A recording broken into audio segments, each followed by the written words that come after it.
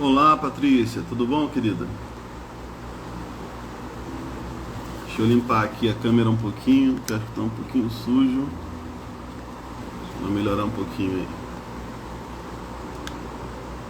Tudo bem? Vamos aguardar aí mais um minutinho para ver se mais alguém entra. Porque nessa hora que a gente começa a live, as pessoas começam a ser notificadas. Eu me atrasei 5 minutinhos, eu estava dando uma aula online aqui.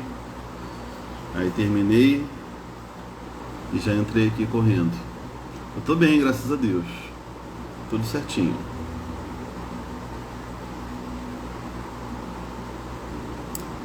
Graças a Deus.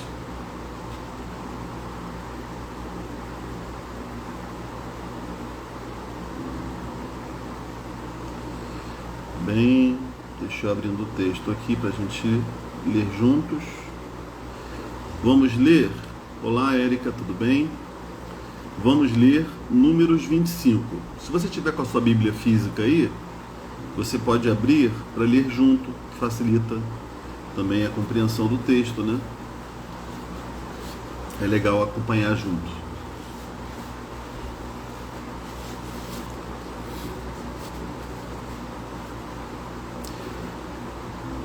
Números 25. É muito legal esse texto, gente. Legal assim. É muito interessante, cara, esse texto. Ele é forte, mas também traz umas lições interessantes. Que bom, Érica. Vamos começar então? Vou ler aqui Números 25. Enquanto Israel estava em Sitim, o povo começou a cometer imoralidades sexuais com mulheres moabitas, que os convidavam aos sacrifícios dos seus deuses. O povo comia e se prostrava diante desses deuses. Assim, Israel uniu-se a Baal-Peor, e a ira do Senhor se acendeu contra Israel. O Senhor disse a Moisés: prenda todos os chefes desse povo, enforque-os diante do Senhor à luz do sol, para que o fogo da ira do Senhor se afaste de Israel. Então Moisés disse aos juízes de Israel: cada um de vocês deverá matar aqueles que dentre os seus homens se uniram a Baal-Peor. Um israelita trouxe para casa uma mulher midianita, na presença de Moisés e de toda a comunidade de Israel, que choravam à entrada da tenda do encontro. Quando Finéias, filho de Eleazar, neto do sacerdote Arão, viu isso, abandonou a assembleia e apanhou uma lança. Seguiu o israelita até o interior da tenda e atravessou os dois com a lança. Atravessou o corpo do israelita e o da mulher pelo ventre. Então cessou a praga contra os israelitas. Os que morreram por causa da praga foram 24.000. Então o Senhor disse a Moisés: Finéias, filho de Eleazar, neto do sacerdote Arão, desviou a minha ira de sobre os israelitas, pois foi zeloso com o mesmo zelo que tenho no meio deles, e no meu zelo eu não os consumi. Diga-lhe, pois, que lhe concedo a minha aliança de paz. Dele e dos seus descendentes será a aliança do sacerdócio perpétuo, porque ele foi zeloso pelo seu Deus e fez expiação pelos israelitas. O nome do israelita que foi morto com a midianita era Zinri, filho de Salu, líder de uma família simeonita. O nome da mulher midianita que morreu era Cosbe, filha de Zur, chefe tribal de um clã midianita. O Senhor disse a Moisés: tratem os midianitas como inimigos e matem-nos, porque trataram vocês como inimigos quando os enganaram no caso de Peor e de Cosbe, filha do líder midianita, mulher do povo deles que foi morta pela praga que enviei por causa de Peor. Só até aí, queridos. Olá, Margot. Então vamos lá. Esse daqui é um texto forte, né? Um texto que mostra que uma matança. Começa o texto falando do povo de Israel fazendo algo que era abominável aos olhos de Deus, que era o culto a outros deuses, que era a idolatria, algo que Deus abomina veementemente, um pecado grave. E a gente vê que esse pecado grave gera aqui uma matança muito grande. Tá oscilando, Érica? Deixa eu tentar desligar aqui o ventilador de teto para ver se a voz fica melhor para vocês. Só um minutinho.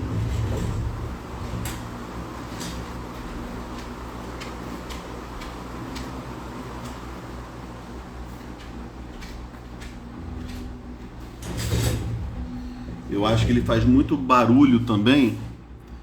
E eu até vou contar para vocês uma novidade. Eu comprei um microfone muito bom para poder estar fazendo essas lives para vocês e também para outros objetivos. E chegou hoje, só que eu ainda não tive tempo de testar. Por isso que eu não usei o microfone hoje, mas provavelmente amanhã eu já vou estar com esse microfone e vou poder fazer essa live com uma qualidade sonora muito melhor. Tá melhor aí para você? Me diz aí. Digam aí, como é que tá para vocês?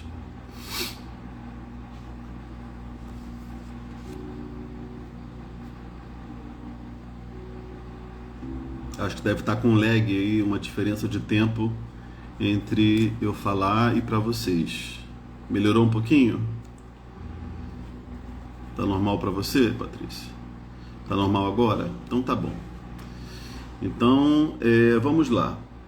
Então a gente vê aqui que o texto começa com um pecado grave, depois se segue uma punição divina, e o que gera a morte de muitas pessoas, milhares de pessoas, e um episódio secundário que vai acontecer aqui e que vai gerar a morte de um casal, né, e de uma maneira bem trágica e grave, né, pelo próprio sacerdote, né, pelo próprio filho do sacerdote. Então vamos lá, vamos por partes. A gente vê o episódio de um pecado grave, que eu falei que é idolatria, né? O povo começou a cometer imoralidades sexuais com mulheres moabitas, que os convidavam aos sacrifícios dos seus deuses. Então, a gente sabe que Israel estava acampado nas colinas de Moabe, e os moabitas e os midianitas se uniram, né, para tentar fazer com que os israelitas fossem amaldiçoados, e usaram para isso um adivinho, um profeta, um falso profeta, né, da região, pedindo que ele amaldiçoasse os israelitas. Porém, Deus o impediu de fazer isso. E, em vez disso, Deus usa esse falso profeta, mesmo sendo falso, para poder comunicar os seus oráculos, ou seja, a sua vontade, e diz que o povo de Israel é abençoado e ponto final, e que todos os que se opusessem aos israelitas se dariam mal, seriam mortos. Porém, logo em seguida, né, o que nós lemos nos últimos capítulos, a gente vê aqui Israel, que foi tão protegido por Deus, tão guardado por Deus, se corrompendo espiritualmente, e por convite de mulheres moabitas. Ou seja, ele não conseguiu, os moabitas não conseguiram amaldiçoar, porque eles já eram um povo abençoado, mas conseguiram sutilmente atrair alguns dos de Israel para os seus cultos idólatras, e assim começaram a minar a força e a bênção de sobre Israel. Não acabar com a bênção, que a promessa de Deus é irrevogável, mas estava ali destruindo a essência do povo de Israel, que era o seu relacionamento com Deus. E isso despertou a ira de Deus contra eles. Cabe aqui, antes da gente continuar, explicar o seguinte. Tem um texto mais à frente, se eu não me engano, de Números 31, que vai explicar o que aconteceu aqui exatamente para que essas mulheres moabitas convidassem israelitas para participarem de seus ritos aos seus deuses, e para que elas tenham corrompido muitos israelitas. Elas fizeram isso sob a influência de um homem que convenceu elas a agirem dessa maneira. Sabe quem foi? Balaão, o profeta que acabou de ser usado por Deus, mesmo sendo um falso profeta, um místico, um adivinho, mas Deus interveio por meio dele para comunicar a sua vontade a uma nação inimiga. E ele acabou de voltar para casa, tendo experimentado ali, né, a Deus falando, Deus agindo e protegendo Israel. E logo na sequência, a gente não sabe quanto tempo passa de números 24 para 25, mas não deve ter sido muito tempo, a gente vai ler que, vai acabar lendo nos textos seguintes, que ele influenciou as mulheres moabitas de buscarem, irem atrás dos homens de Israel para seduzirem eles e convocarem eles, né, trazerem eles para os seus cultos pagãos, né? Então a gente vê que Balaão foi usado pelo inferno, pelo diabo, que Balaão nunca se converteu, nunca foi de fato um profeta sob o temor de Deus, um profeta do Senhor, nunca foi, né? E ele vai pagar caro por isso, tá? Ele vai pagar com a vida dele, né? Ele vai ser, quando de fato Israel for batalhar contra os moabitas, contra os midianitas, na verdade, ele vai ser um dos mortos, Balaão. Então é isso. E vale a pena a gente falar o seguinte, gente, a gente está aqui diante de uma cena de muita violência, de uma punição por parte de Deus, uma autorização por parte de Deus da morte, né, daqueles que pecaram. E a gente fica às vezes um pouco assustado com passagens assim, fica se perguntando por que Deus permitiu isso, por que Deus agiu, determinou esse tipo de coisa. A gente precisa entender passagens assim à luz do seu contexto. Todas as passagens bíblicas precisam ser compreendidas à luz dos seus contextos históricos e à luz da revelação que Deus tinha feito ao povo e do tratar de Deus com cada povo numa determinada época. Não dá para esperar nem que hoje o povo de Deus haja da mesma maneira que os povos antigos, que o Israel do deserto agia e como Deus pedia as coisas para ele, nem dá para esperar que eles lá, povos bárbaros antigos, agissem ou recebessem de Deus instruções como hoje nós recebemos, né? Cada um dentro da sua capacidade de entender. Deus naquela época estava formando uma nação, estava trabalhando com um povo bárbaro, rude, complexo, uma nação numerosa, numa sociedade que ou você mata ou você morre, ou você conquista ou você é conquistado, e está libertando eles de uma escravidão e levando eles para a liberdade.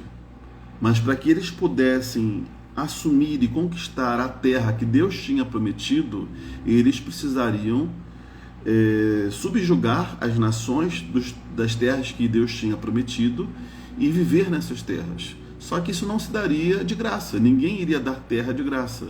Eles tinham que lutar, batalhar.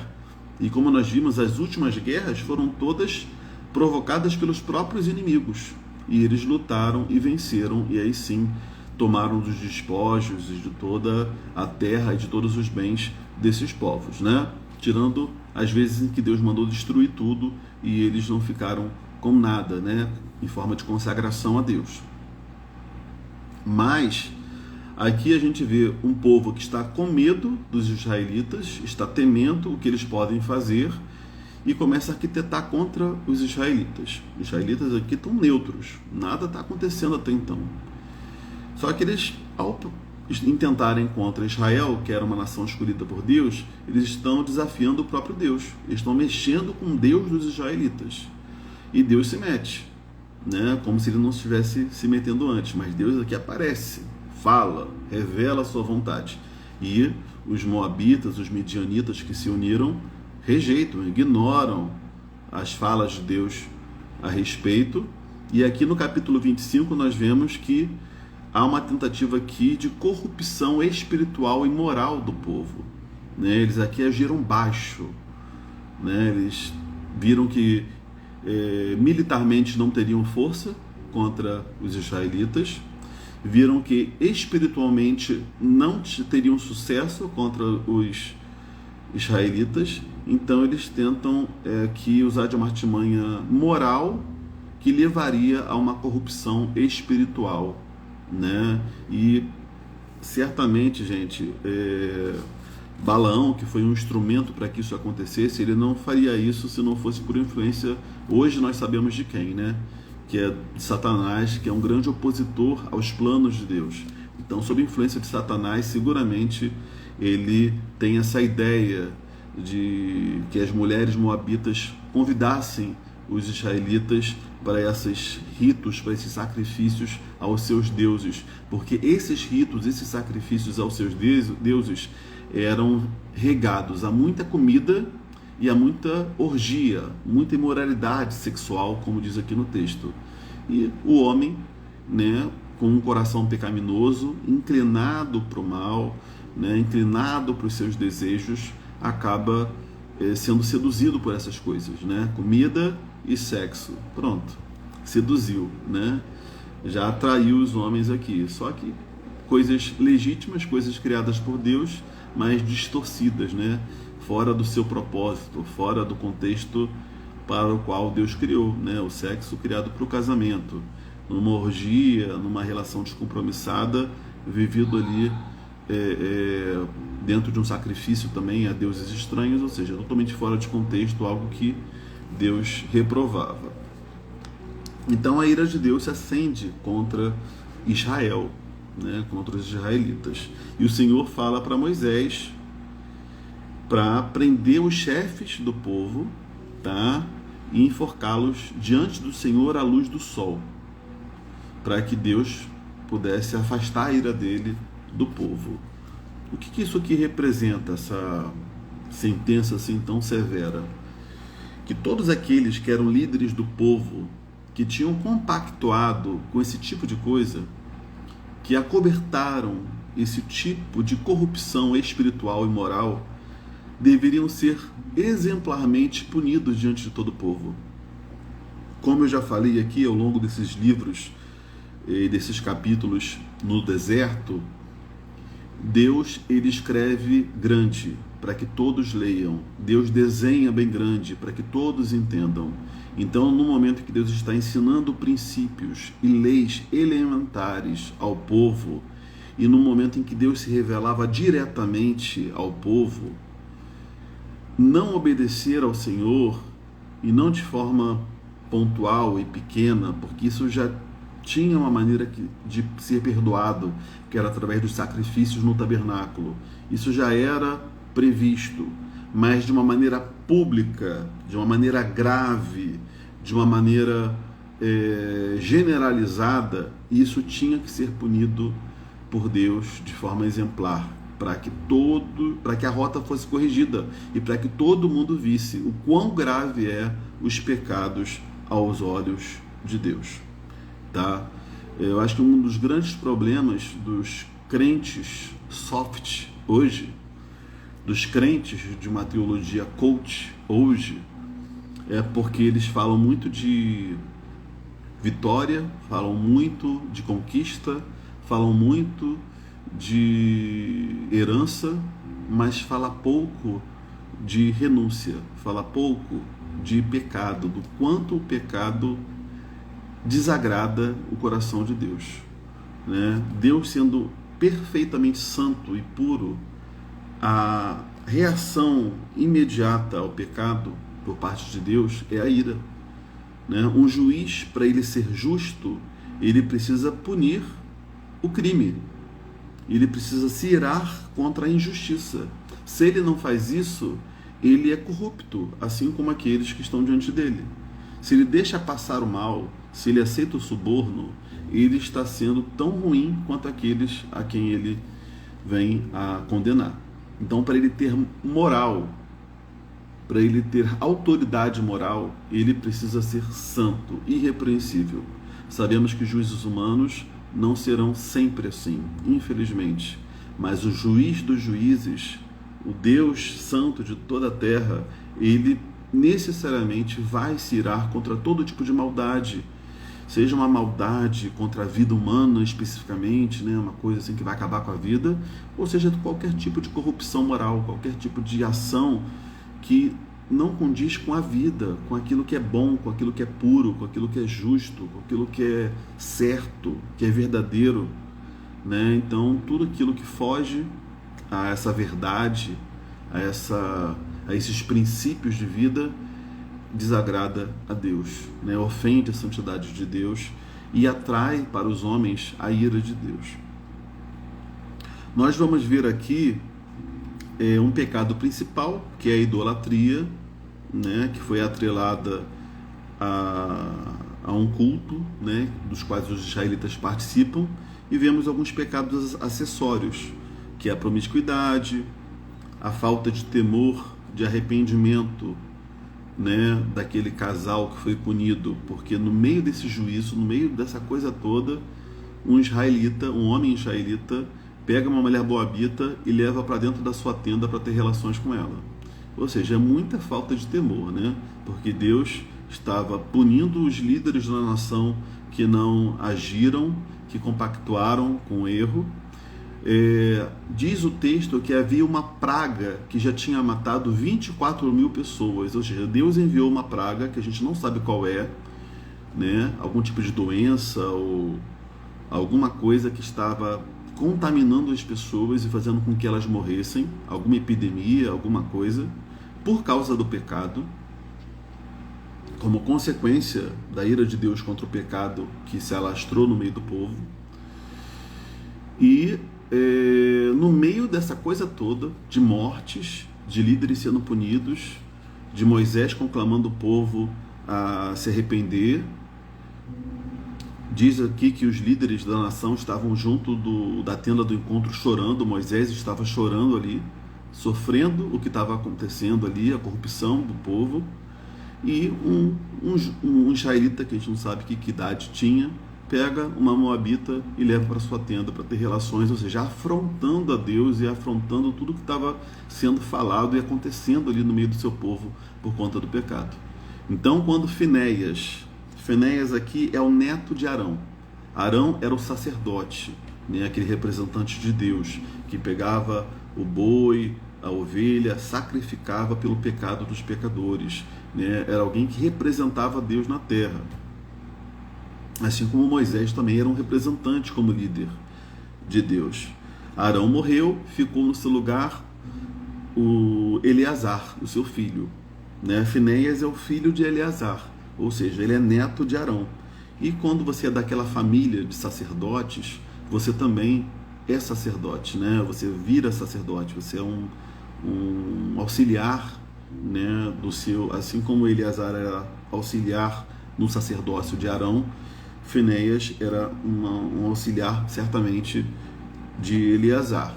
E Finéias, vendo aquela cena, né, do homem levando a mulher para sua tenda, uma mulher moabita, ou seja, afrontando a Deus, ele vai lá, pega uma lança e atravessa os dois no ventre. Ou seja, o que deixa a entender que ele pegou os dois no ato, e enquanto eles estavam praticando o ato sexual, ele foi lá e atravessou os dois no ventre, matando ambos. E isso daqui não foi mal visto por Deus não, tá? Deus honrou Finéias por ele ter feito isso. Gente, isso não é carta branca para a gente sair fazendo justiça divina através da violência, não é isso. É que naquele contexto, naquela época, era assim que funcionava. Era assim que Deus mostrava a gravidade do pecado e se reinstituía a ordem e o temor no meio do povo, né? Deus instituiu algumas leis mais severas para que, como certos tipos de pecados sendo punidos até com a morte, para que o povo entendesse e se submetesse a Deus, entendendo a gravidade do pecado, tá? Hoje nós entendemos que não é dessa forma que acontece, e Deus não quer isso, né? Jesus nos trouxe uma nova maneira de lidarmos com os pecadores e com os pecados, entendendo também a graça de Deus. Porém, pecado continua sendo pecado até hoje, né? Deus não é... A maneira de Deus lidar com o pecado e com o pecador pode ser diferente, mas a gravidade do pecado dos olhos de Deus continua a mesma. Então, A gente tem que só fazer essa distinção, tá bom? Mas naquela época havia essa punição para que fosse exemplo diante dos outros e porque o povo estava aprendendo o básico. Não tinha Bíblia, não tinha muitas coisas, né? Muito que eles lerem e serem instruídos, né? Mas eles ouviam do próprio Deus as ordens, eles tinham que obedecer. É claro que para sempre, para aquele que se arrependesse, havia perdão. Para aquele que se humilhasse diante de Deus, clamasse por misericórdia, Deus sempre perdoava. Mas aqueles impenitentes, aqueles que insistiam no erro, aqueles que acabavam contaminando outros, fazendo com que outros fossem atrás e cometessem os mesmos erros, sabe? Serviço de pedra de tropeço para outros, para esses havia uma punição realmente severa, tá bom?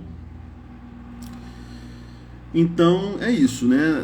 No caso desse casal, vai dizer no final aqui do capítulo que eles eram filhos de pessoas importantes, ou seja, pior ainda, né? Porque quanto mais você tem autoridade, quanto mais você está em evidência, né, maior a responsabilidade. Até por isso que os líderes que compactuaram com o erro foram mortos, enforcados em praça pública, porque eles, à luz do sol, né, como está colocado aqui, para que eles servissem de exemplo. E também esse casal aqui, que eram filhos de pessoas importantes, um na região de Moab e outro israelita, eles são mortos porque eles escarneceram de Deus e do momento da nação e insistiram no erro, tá?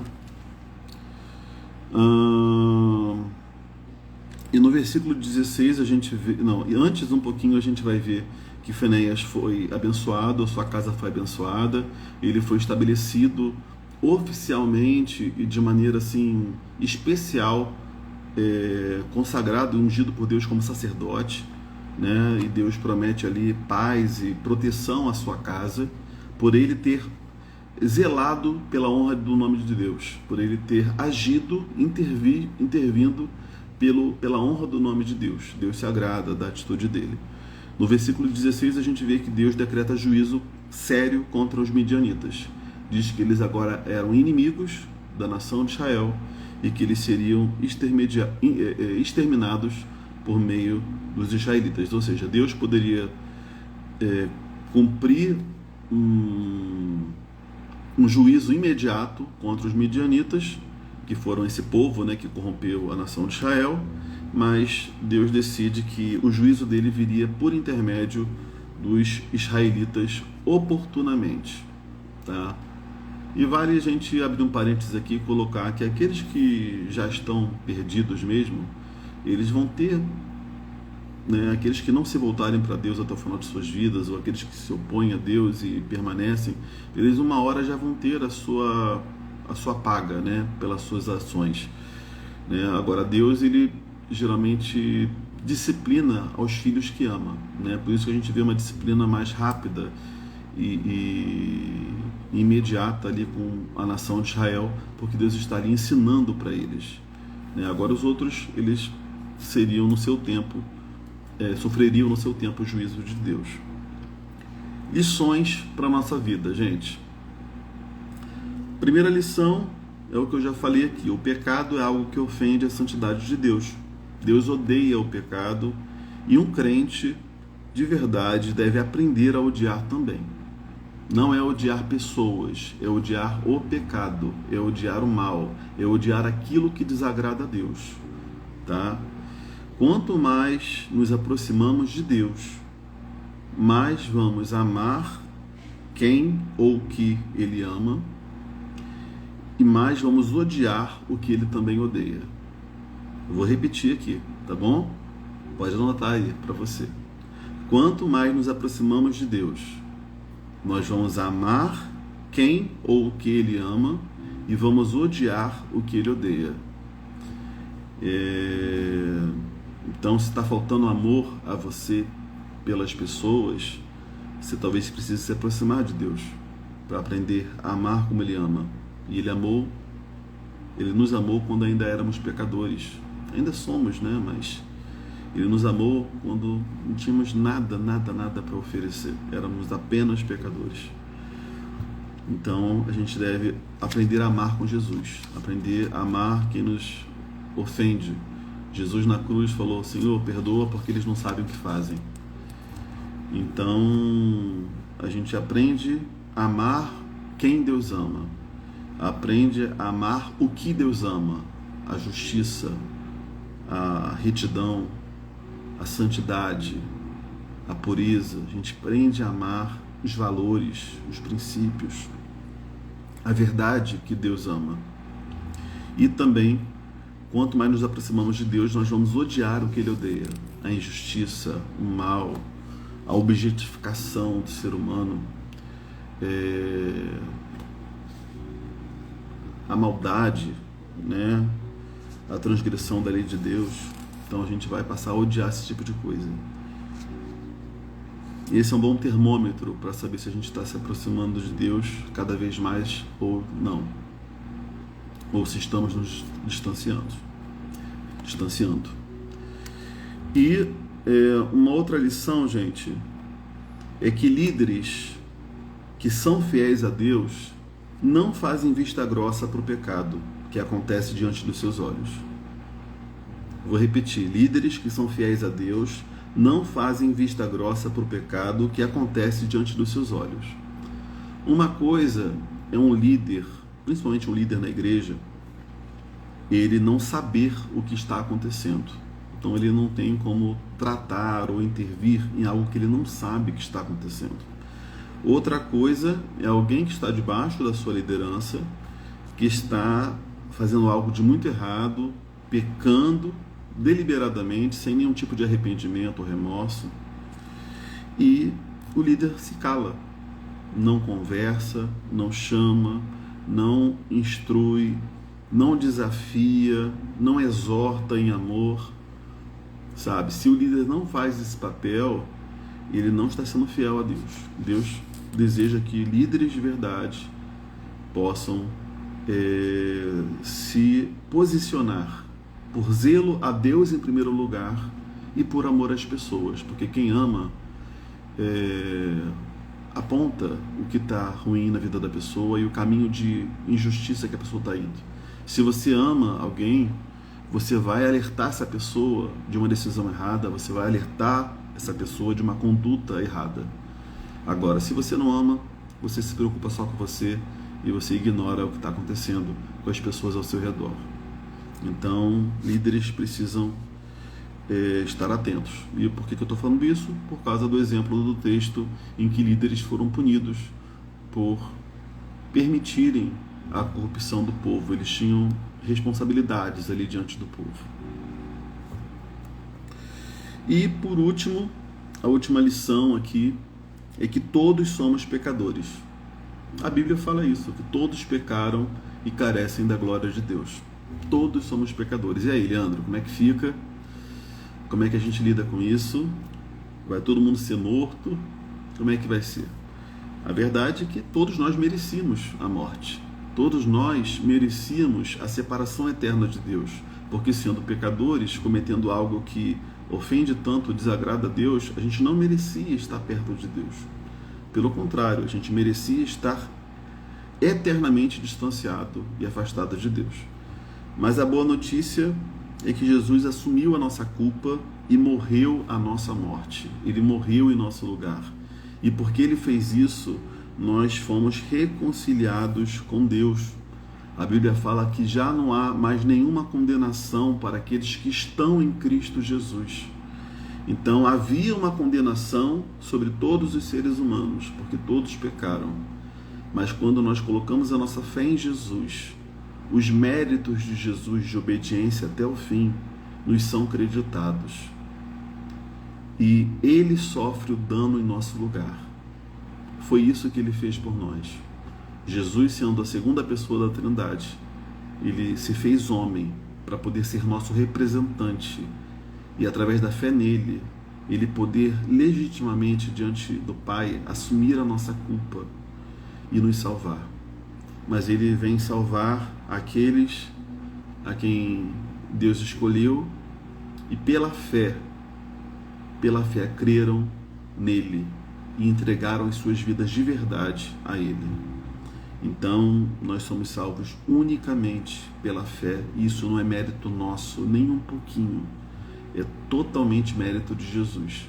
Porque tudo, do início ao fim, do que Jesus fez, de Deus ter nos escolhido, de Deus ter nos chamado, ter nos dado arrependimento, de Deus ter transformado o nosso coração, de Deus transformar a nossa vontade hoje, que hoje a gente tem vontade de agradar a Deus, a gente tem vontade de agradecer a Deus em atitudes, a gente tem vontade de viver para louvor dele. Isso tudo é obra do Espírito Santo, é obra de Deus na nossa vida, né? Então é pura graça, do início ao fim. E que isso nos constranja, né, a viver para o louvor de Deus. A gente não peca porque...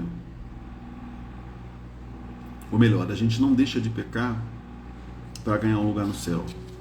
A gente não deixa de pecar porque, pecando menos do que fazendo as coisas certas, a gente garante um lugar do céu. Não é assim que funciona. Um pecadinho só nos distanciaria eternamente de Deus.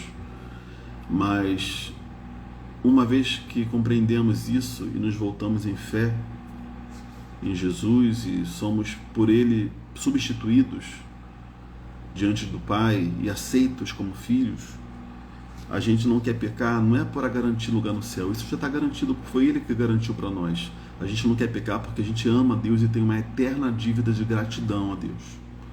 A gente reconhece que só por Ele nós somos salvos, só por essa graça. E como eu vou viver de forma diferente, como eu vou banalizar o pecado e tratar como qualquer coisa depois do que Jesus fez por mim? Como eu vou agir assim? Eu ainda peco porque eu não fui totalmente liberto dessa natureza pecaminosa e porque eu tenho ainda uma inclinação para o pecado, mas eu não quero e eu luto com todas as minhas forças para não pecar, porque eu quero agradar cada dia mais ao Senhor, eu quero me santificar, eu quero encher o coração do meu Deus e de Jesus, que é o meu Deus, que morreu por mim. Eu quero encher o coração dele de alegria. Eu quero que o Espírito Santo tenha alegria ao olhar para mim. E eu me esforço para pecar cada vez menos, para me consagrar cada vez mais a Ele.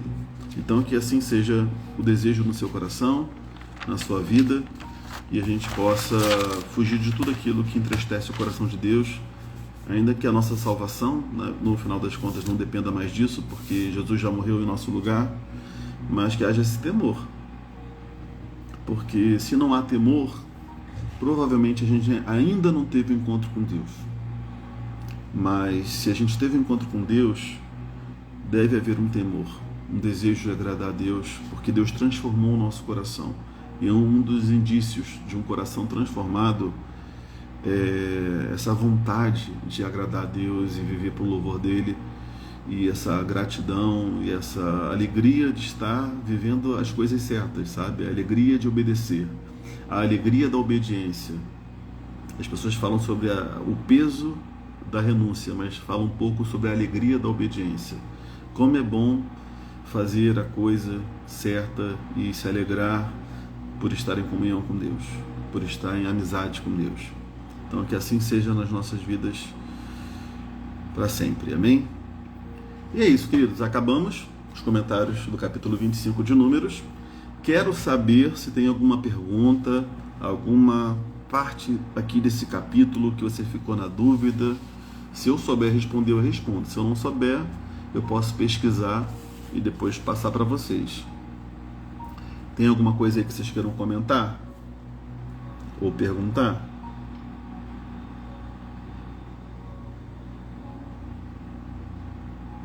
Nada hoje? Aliás, olha, eu vi aqui que o Instagram tem a opção de eu botar um filtrozinho. Tem que botar um filtro aqui porque eu tô com a cara às vezes meio estranha. Tô dando mole de não botar filtro, né? Fazendo live sem filtro, pelo amor de Deus. Isso vai mudar a vida de vocês, que nem o pastor Fabrini fala. Mas que bom, Érica. Tá bom, queridos? Fiquem com Deus. Deus os abençoe. As abençoe, né? Que aqui eu acho que por enquanto só tem mulheres, mas os homens que virem depois a live, Deus os abençoe também. Vocês tenham aí uma noite ou um dia, a hora que vocês virem essa live, abençoados, tá bom? Fiquem com Deus. Até a próxima. Olha, amanhã, rapidinho. Amanhã, eu à noite não vou poder fazer live. Eu estava pensando em talvez fazer pela manhã. Só que vocês, como é que vocês são pela manhã de dia? Vocês trabalham? Alguém aqui consegue assistir? Se tiver uma pessoa, de repente eu faço a live e deixo gravado para as outras pessoas assistirem depois. Porque amanhã à noite eu não vou poder fazer. Pela manhã eu consigo fazer. Fala aí. Alguém consegue assistir? Não. Amanhã você está presencial, né? Érica, eu acho que também pega pela manhã. Mas 10 horas da manhã. Como é que seria?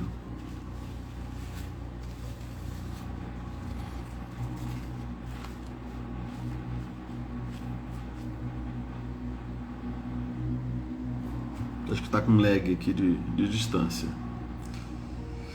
Consegue? Então tá. Eu vou fazer o seguinte, gente. Eu vou abrir essa live para o capítulo 26 de Números amanhã, 10 da manhã, tá bom? Pra gente não perder o ritmo. E Patrícia assiste depois. Se Margot, que estava aqui online, tiver em casa, ela assiste. Se não, ela assiste depois. E outras pessoas que já assistem depois, que eu sei, podem assistir. Tá bom, Margot, mas fiquem à vontade também. Se não conseguir, não fiquem com essa obrigação não, tá? Eu vou fazer a live então 10 horas com 0, 1, 2, quem tiver, pessoas, e quem não puder depois assiste. Obrigado, gente, fiquem com Deus e até amanhã então.